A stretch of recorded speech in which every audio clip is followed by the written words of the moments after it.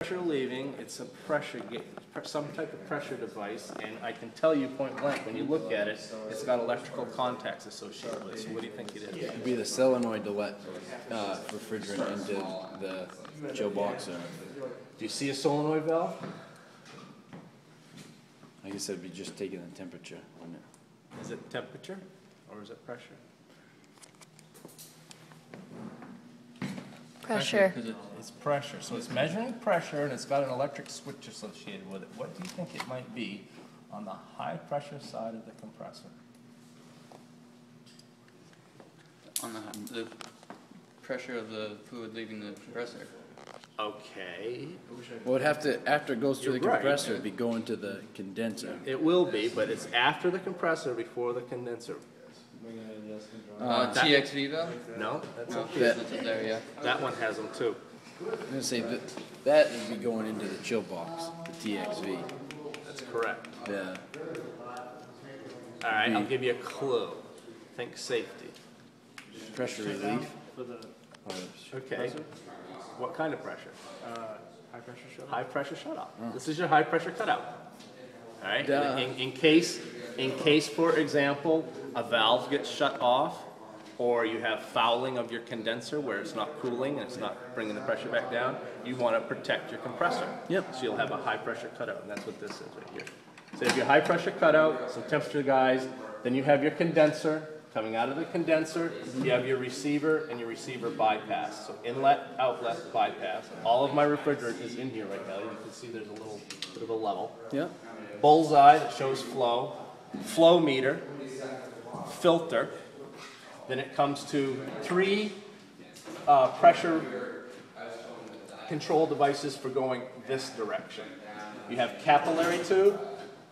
Right here. You have TXV that has an external equalization line right here, and we'll talk about those. There's some that don't, but here's the sensing bulb right here that goes to my TXV valve.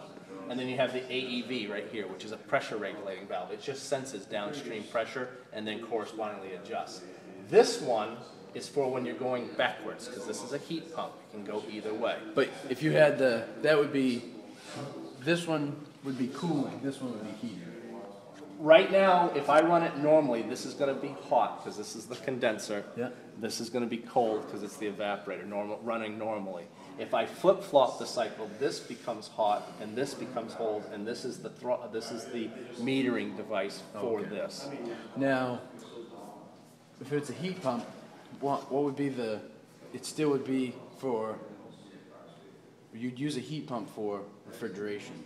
You don't use heat pumps for refrigeration. Oh, all right. I didn't know if that was. You use heat pumps for HVAC. Oh, okay, and that would be for like heating Your house. Okay. You want air conditioning in the wintertime, and you want heat in the summertime. I mean, the other way. You want heat in the wintertime and air conditioning in the summertime. Yeah. But yeah. Okay, so then out of here, comes along, goes through, comes out, comes up here. This is an accumulator right here. All right. This helps prevent slug. This is a receiver. This is an accumulator. All right. There are 2 different terminologies here. This one, it makes certain that the liquid coming out, if there is any, this should be all vapor when it comes out of here. But if you do have liquid, notice that the line comes in at the bottom of this, and the suction line going back to the compressor comes out of the top. So there's no way to really get liquid. It just pulls vapor. Good. Slug the compressor. Yeah. All right. Now, on the bottom of this, at the very bottom of this, notice this little guy right here. That's an oil recovery, because there is oil and refrigerant, and it is throughout the system because it's kind of one and the same. The refrigerant and the oil are mixed very well. So any oil that accumulates will accumulate as a liquid here because this is cooler. It condenses down back into a liquid. It settles right in here. It can't go this way because it can never get to the top where the suction is. So it will accumulate here, and then occasionally we return it back to this compressor. Now this compressor is not the same one that used to be here when this was made. It used to have a line that went right back to it. When we swapped out the compressor, we crimped this and we put in a vampire, and then the vampire we take and we put it right back into the compressor. Right? So that's the cycle, and it runs either direction. Right?